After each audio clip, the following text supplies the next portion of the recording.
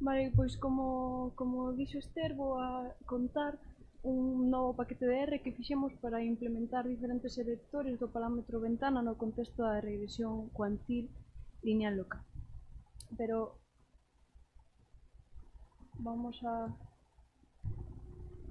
empezar dende o principio. Imaginemos que temos unha mostra como esta, que sería a altitude de diferentes personaxes, vamos a chamar, e queremos calcular un certo cuantil. Vale? Que é un cuantil? Pois o cuantil c tau, por exemplo, sería aquel valor que deixa a súa esquerda unha probabilidade tau e a súa dereita unha probabilidade 1 menos tau.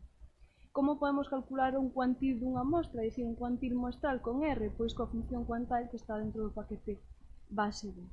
Vale, se nos movemos a un escenario un poquinho máis complicado, por exemplo este, onde temos un contexto de regresión, en este caso o que quereríamos coñecer é o cuantil condicional da variable resposta coñecido un certo valor da variable explicativa.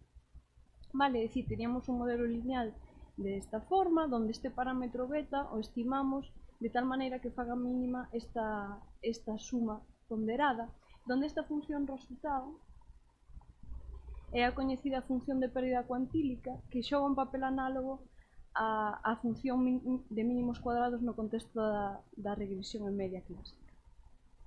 Vale.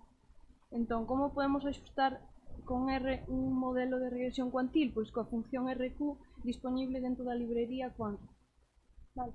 Pasamos agora a outro escenario máis complexo, que sería estes datos reais, que son datos da librería MAS de R tamén, que mide a aceleración dun corpo cando sufre un golpe dependendo do tempo, en función do tempo, vale? Se ti vas nunha moto e tes un accidente, das un golpe, pois a aceleración que sufre o teu corpo dependendo do tempo que transcorre despois de sufrir ese accidente.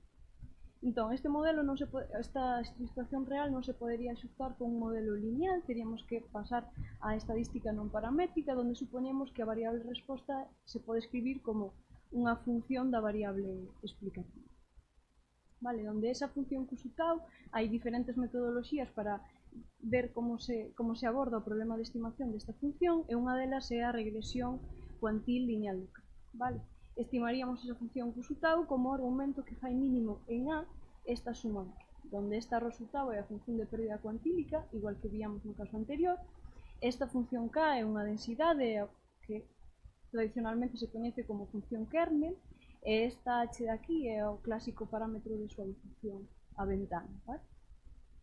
Como seleccionaríamos esta ventana? Este é un problema de sobras coñecido, é un problema importante porque, bueno, aquí tiña unha animación, deberíase ver como a estimación vai cambiando dependendo do valor da ventana. Vale, para ventanas moi pequenas teríamos estimacións como estas, moi rugosas, e para ventanas máis grandes teríamos prácticamente unha liña, é dicir, estaríamos sobresuavizando. ¿Sí? Vale, entón, como se selecciona esa ventana? Pois esa ventana seleccionase en función do R cuadrático medio do estimado. O R cuadrático medio tería esta expresión de aquí, que depende de cantidades coñecidas do núcleo, como está mu sub K, R sub K, da densidade da variable explicativa ou da densidade da variable resposta e da curvatura da función de regresión. Vale, en función deste R cuadrático medio podes obter un valor óptimo da ventana que depende desta primeira cantidade, que é o que se coñece como a curvatura da función de regresión, e esta segunda cantidade que é un concepto novo da regresión cuantil que se coñece como sparsity. Vale? Un problema importante como abordar a estimación de esta curva. Entón, como en R non existe ningún paquete que nos permita calcular ou computar selectores de ventana, o que nos pensamos foi implementar diferentes selectores e crear este paquete BW-Quant que aínda non está disponible no CRAN, senón que simplemente é unha versión, bueno, aínda estamos traballando. Nese paquete implementamos diferentes selectores da ventana. Un deles é o selector proposto por Yuan Jones, que supón que a curvatura da función de regresión é igual para diferentes cuantís e que o erro é normal. En función destas suposicións, obtén esta ventana óptima, no seu caso, que depende de esta h media, representa unha ventana óptima para o contexto da clásica regresión en media, que é un problema que está moito máis estudiado que o selector da ventana no contexto. Entón, nós implementamos unha función que sería esta, EWYJ,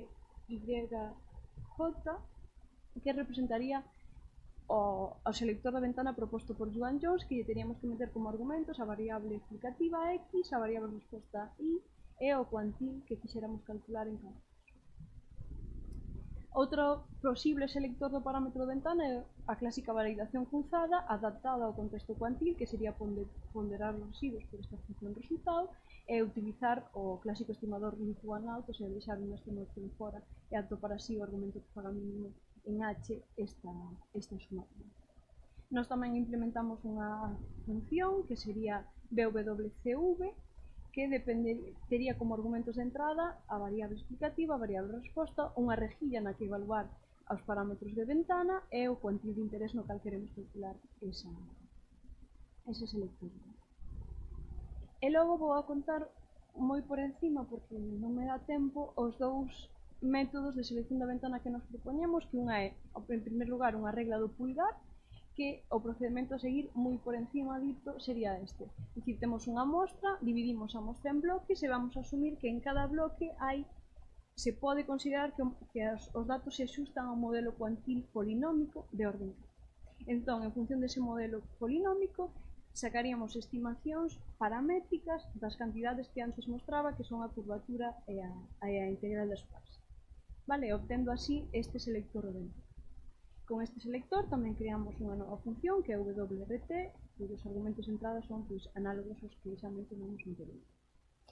E logo, a nosa proposta final sería un novo selector plugin, que estaría basado completamente en estimacións non paramétricas tanto da curvatura como das pares. É dicir, neste caso non estamos asumindo ningunha hipótesis sobre o modelo. Vale? O sea, é unha ventana de alguma maneira totalmente flexible, podemos dizer.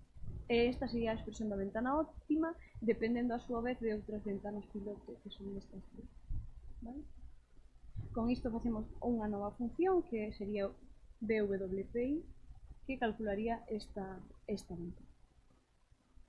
E logo tamén incluímos unha función que nos permita representar o axuste sobre a mostra de diferentes parámetros ou diferentes selectores de ventana.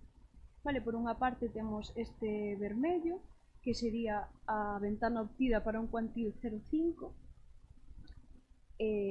utilizando o método plugin que nos propoñemos, e logo temos en azul o resultado da estimación que obteríamos se empregamos unha ventana de validación.